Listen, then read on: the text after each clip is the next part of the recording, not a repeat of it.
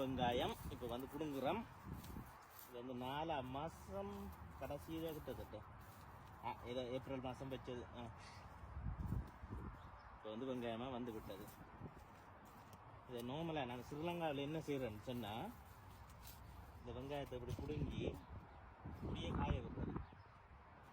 So 2-3 நாளைக்கு இப்படியே காய விட்டு இதெல்லாம் காஞ்சி அப்புறம் தான் எடுத்து வெட்டுவோம்.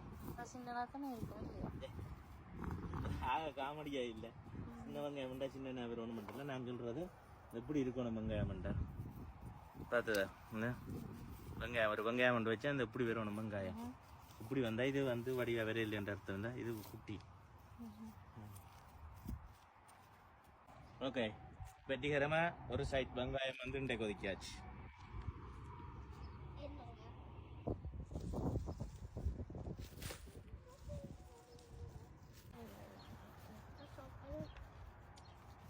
இது விட்டா ஒரு நாள் 2 நாள் வெயிலில் விட, ஆனால் இப்போ அடிக்கிற வெயிலுக்கு ஒரு நாள் வெயிலே காணும்.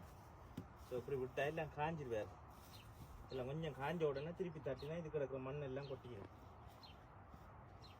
ஸோ இது நாங்கள் வாராளமாக சமைச்சிடுவோம் தானே, அதால் பிரச்சனை இல்லை. இப்போ கனகாலம் வச்சு பாய்க்கிறோன்றா தானே அது வடிவ காய வச்சு உணர்த்தி எடுத்து.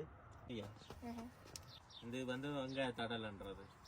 இதை அப்படியே சேர்த்து இப்படியே அடுக்கி இதை இப்படி உள்ளுக்க விட்டு வெங்காயம் வழியில் விட இப்படி ரவுண்டாக்கி அப்படியே சுற்றி கைத்தில் வச்சு கட்டுறது. இப்படி கட்டி விழாத்துக்கு வர அதை தூக்கி வீட்டுக்குள்ளே தொங்க விடுறது. பிறகு தேவையான நேரம் பிடிங்க எடுக்கிறதோ அதை விற்கிறது. அப்படியே இங்கே வந்து நாங்கள் இதை ஒன்றும் செய்ய முடியாதோடைய அப்படியே நிலத்துக்குள்ளால் கிண்டி உடனே வெட்டி ஒரு நாள் காய விட்டுட்டு இப்போ வந்து இதை வெட்டுறோம்.